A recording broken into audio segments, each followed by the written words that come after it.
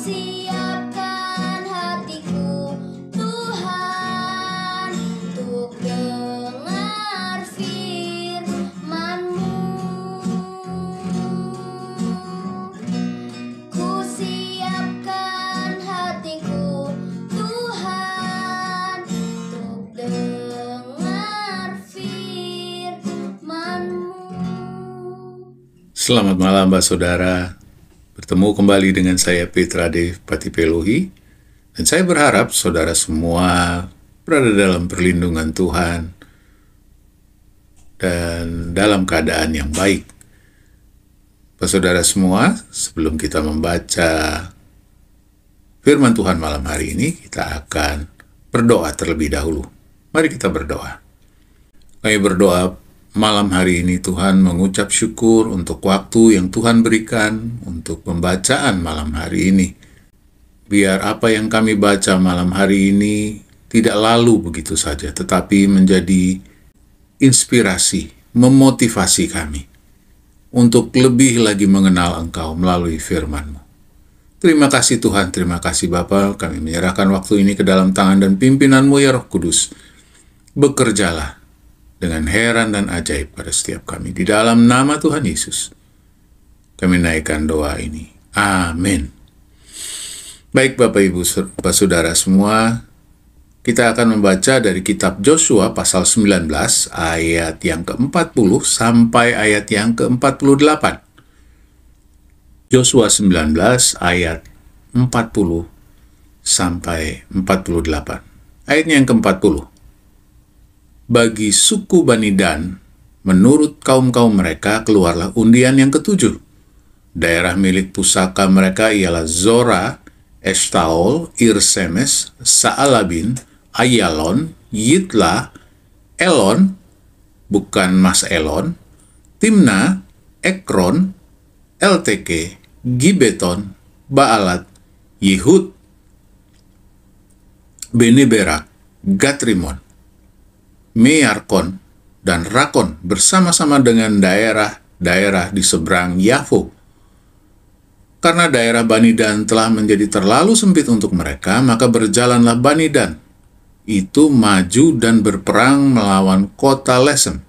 Mereka merebutnya, memarang penduduknya dengan mata pedang, dan mendudukinya. Lalu menetaplah mereka di sana, dan menamai Lesem itu Dan menurut nama bapa leluhur mereka. Ayat 48, itulah milik pusaka suku Bani Dan menurut kaum-kaum mereka, kota-kota tadi dengan desa-desanya. Sampai sekian jauh pembacaan firman Tuhan pada malam hari ini. Saudara, suku Dan memiliki 17 kota dan daerah yang direbut bersama-sama dengan saudara-saudaranya dari Bani Israel.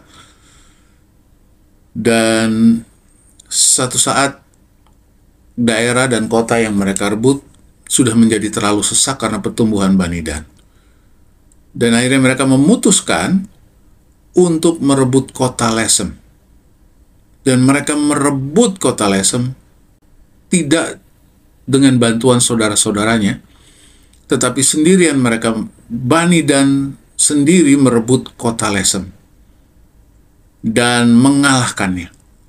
Saudara, dari sini kita belajar bahwa penyertaan Tuhan itu di atas segalanya. Bani Dan berani merebut kota Lesem karena Tuhan sudah menjanjikan, dan untuk ambil daerahnya, rebut, Tuhan menyertai mereka, dan mereka percaya bahwa Tuhan menyertai mereka, sehingga mereka bisa mengalahkan penduduk Lesem tanpa bantuan saudara-saudaranya Bani Israel. Saudara, sebelum memasuki tahun 2023, ada banyak sekali ramalan-ramalan dunia bahwa tahun ini akan menjadi tahun yang sulit karena keadaan-keadaan yang sedang terjadi di dunia hari-hari ini.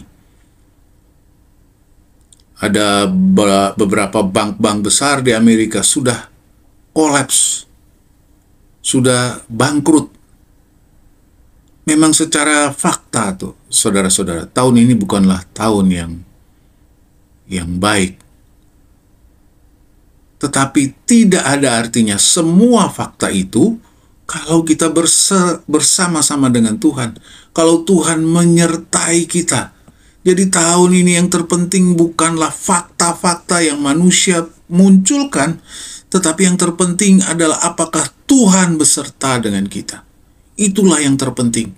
Kalau Tuhan beserta dengan kita, apapun yang terjadi, kesulitan sebesar apapun yang terjadi, pasti ada jalan keluar.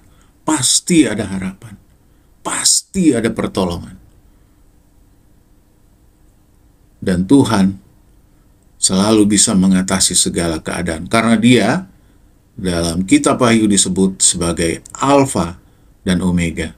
Yang awal dan yang akhir. Nggak ada yang lebih awal dari Dia, nggak ada yang lebih akhir dari Dia. Percayalah. Kami putuskan untuk terus mengenal Tuhan melalui firman-Nya sepanjang tahun ini. Dan kita akan bersama-sama Tuhan melewati tahun ini dalam perlindungannya.